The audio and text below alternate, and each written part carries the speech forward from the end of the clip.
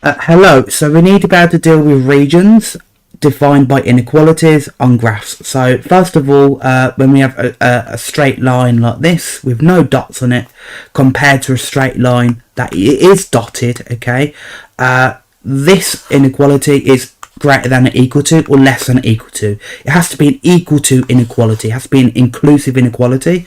However, if there are dots in my line, it's dotted, it's broken up, then it's a strict inequality, okay, in this way.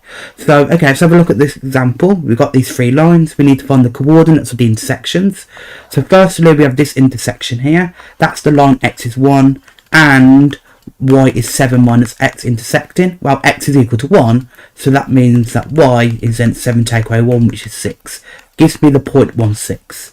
Then we've got this point here, so that's the line y is x plus 1, and y is 7 minus x. So then they equal each other if they intersect. So that means 2x is going to be 6, so that means x is 3. Then if x is 3, I need to find the y coordinate. I can sub it into, say, that equation. So therefore y is going to be 3 add 1, which is 4, which gives me my point 34. Okay. Then lastly, I have this point here. So that is, again, when x is 1, intersects y is x plus 1. So if x is equal to 1, then y is 1 plus 1, which is 2. That gives me the point 1, 2.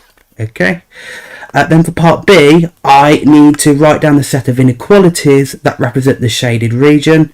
So firstly, the line x is 1, the blue line here, we can see the region in yellow, what I'm interested in, it's to the right of x equals 1, so x has to be greater than 1. Then I have the red line here, the line y is 7 minus x. We can see it's underneath the red line here, so it's below the line y is 7 minus x, so y is less than 7 minus x there. And then lastly, we've got the black line, y is x plus 1.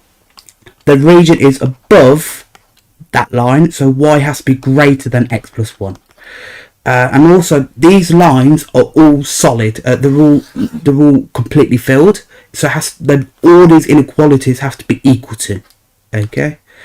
And there we are. Okay, we've got this question here, and again we're given a region that's between a line and a curve, okay, a quadratic curve. So firstly, the line L, we need to find the equations of the line and the curve. Well, any line is y is mx plus c. Well, I'm not given a gradient, but I know the 2 points here. The y-intercept are 60, 0, 60, and 1080. So the gradient between the 2 points, m, changing y, so 80 take away 60, changing x. So that'll leave me with 20 over 10, which is 2. So, and also the y-intercept is 60, so c is equal to 60. Therefore y is 2x add 60. Okay. The quadratic curve. What I do know about this quadratic curve, it has the two roots 0, 6. So that means my factors are x of x minus 6 equals 0. Okay, so I can factorize it.